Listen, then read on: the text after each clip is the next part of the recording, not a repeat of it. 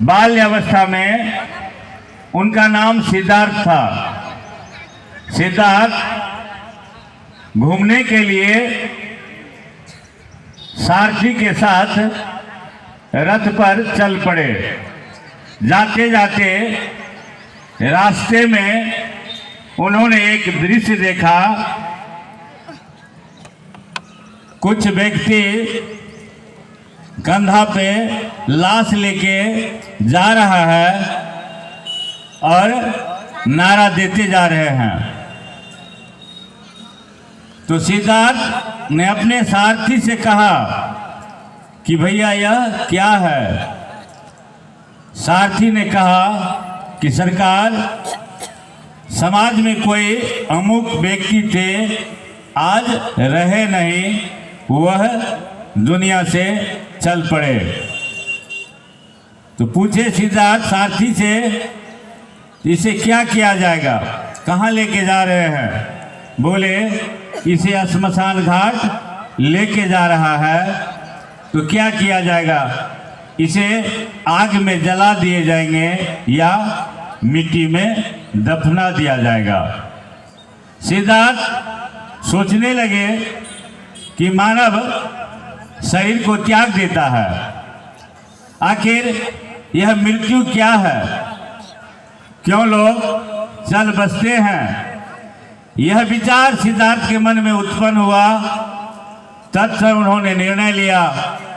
सारथी को कहा कि रथ को रोको और तुम लौट के चले जाओ।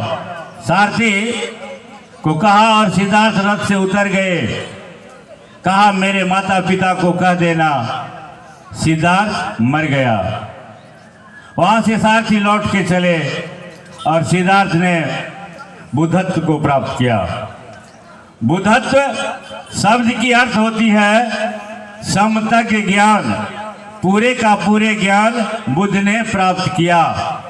साहब हरिंद्रानंद इस पावन धरा पर महादेव का ही प्रकटीकरण है। वो साहब हरिंद्रानंद हमारे आपके जीवन में, चूंकि यह मानव का जीवन जो पतझड़ हो गया है, हमारे आपके जीवन जो बिखर गया है, टूट गया है, आज इस कली कालखंड के परिवेश में साहब हरिंद्रानंद ने सौभाग्य दिया। इसलिए गुरु भाई गुरुबन कहा करते हैं कि स्वागत है हे युग पुरुष तुम्हारा, तूने पावन वसुंधरा पर गुरु शिव को उतारा।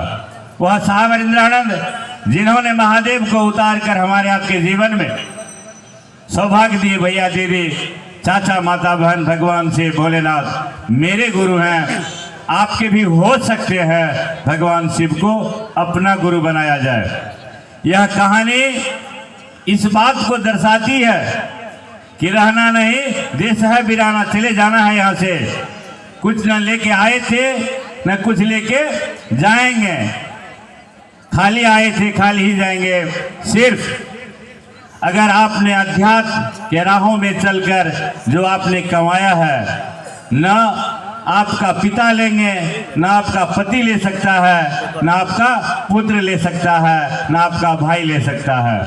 वह कमाया हुआ दौलत दोबारे दूसरे जन्म में आपको मिलेगा, क्योंकि आत्मा तो अजर अमर अविनाशी है। आत्मा का विनाश होता नहीं, शरीर का विनाश होता है, फिर आत्मा कर्म के आधार पर जन्म लेते हैं।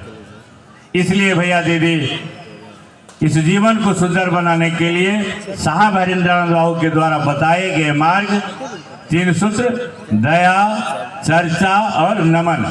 एक गुरु भाई शुरू में ही चर्चा करके मन से गए थे। उन्होंने कहा कि भैया एक सूत्र समझने के लिए 20 वर्ष समय लगा।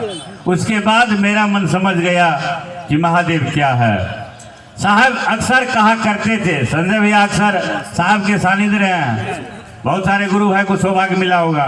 साहब कहते थे अगर आपके मन में यह विचार मजबूत हो गया कि हे शिव आप मेरे गुरु हैं, मैं आपका शिष्य हूँ, मुझ शिष्य पर दया कर दीजिए, तो यह विचार एक दिन आपको शिव का शिष्य बनाएगा।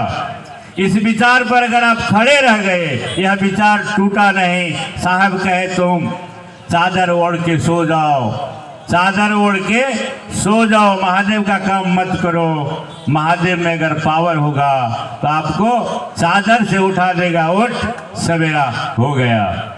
इसलिए भैया दीदी, यह विचार टूटे नहीं हमारे आपके मन में कि हे शिव आप मेरे गुरु हैं, मैं आपका शिष्य हूँ, मुझ इस पर दया कर दीजिए। कहते हैं कि विचार मन उत्पन्न करते हैं। मन कुछ नहीं, एक प्रकार का अदृश्य मशीन है जो बहुत सारे अच्छे बुरे विचार को जन्म देता है। यह विचार अगर मजबूत हो गया, घनीभूत हो गया, तो यह विचार भाव में प्रकट हो जाता है। और जब भाव घनीभूत हो जाए तो कहते हैं भावे न लभते देवता, भावे न देव दर्शनम। भाव से ही देवता का आप प्रसन्न कर सकते हैं, भाव से ही ईश्वर का दर्शन मिल सकता है। भैया दीदी, यह कोई असत्य नहीं है, सिर्फ जांच के देखिए। साहब अमदान कहते थे एक बार, put to the test by get result. यदि आप जांचते हैं तो आपके तल पर रिजल्ट मिलेगा। इन्हीं छल शब्दों के साथ आप सबों के चरणों में मेरा प्रणाम।